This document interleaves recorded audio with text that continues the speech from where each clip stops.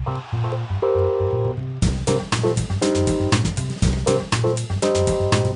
sais que j'étais ingénieur du son pendant 8 ans. Ah oui, donc il faut que je retourne les cartes. Je lis ma question. Allez, c'est parti. Évidemment, je les ai dans le mauvais sens. Sinon, c'est pas drôle. Combien as-tu de jeux chez toi? C'est marrant, c'est la question que tu m'as posée.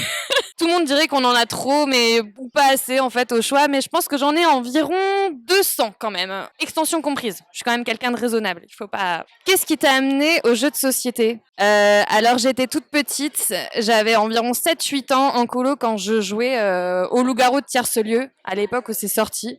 Ça commence à remonter un petit peu, on dirait pas comme ça, mais ça fait quand même une bonne vingtaine d'années. Et suite à ça, j'ai rencontré plein de monde quand j'ai joué sur des forums de Loup-garou de Tierce-Lieu, et du coup j'ai découvert plein de nouveaux jeux, et c'est comme ça que je suis tombée dans la marmite. Si tu ne devais sauver qu'un seul jeu de ta ludothèque, ce serait lequel? J'ai quand même une grosse passion pour Sherlock Holmes Détective Conseil. Je sais qu'il n'est pas rejouable et du coup cette réponse est un peu nulle, mais c'est vraiment mon jeu préféré. Je suis pour rien, c'est comme ça. Je me referai toutes les enquêtes ad vitam aeternam. Je suis sûre qu'au bout d'un an, je m'en souviendrai pas, donc c'est pas.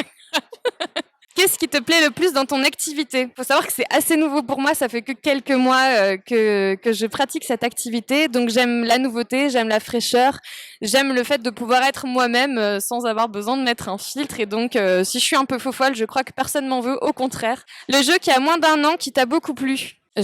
En fait, depuis que je suis arrivée chez Gigamic, je joue plus beaucoup.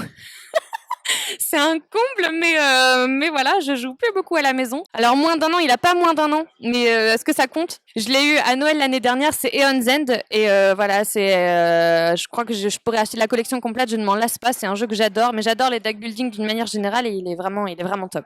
Un jeu que les autres semblent beaucoup aimer, mais qui te laisse indifférent. Je vais pas me faire des amis, mais Terraforming Mars, quoi. Alors, je suis désolée, vraiment, mais en fait, j'ai fait une partie qui a duré 5 heures, je suis sortie de la partie, j'ai fait, mais tout ça pour ça, et en fait, il y avait tellement de hype autour du jeu que je m'attendais à un truc extrêmement extrêmement chouette, et en fait le soufflet est vite retombé, donc pardon, hein, je sais que voilà, mais c'est comme ça. Quelle mauvaise habitude de joueur détestes-tu? Je déteste les mauvais perdants. Je trouve qu'on est là pour jouer, on est là pour s'amuser. Je sais moi-même à quel point ça peut être frustrant. J'ai déjà fini en larmes après une partie de Not Alone parce que j'étais à une carte de la victoire et mon mari a pioché une carte qui a fait gagner les autres joueurs.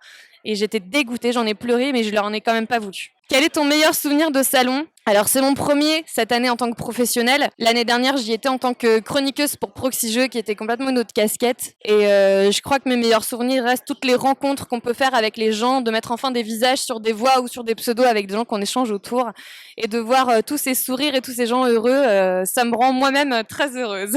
Et enfin, y a-t-il une thématique ou un sujet que tu aimes particulièrement dans les jeux? Clairement, tout ce qui est médiéval fantasy, médiéval fantastique, j'aime ça dans la vie, donc j'aime ça forcément dans les jeux.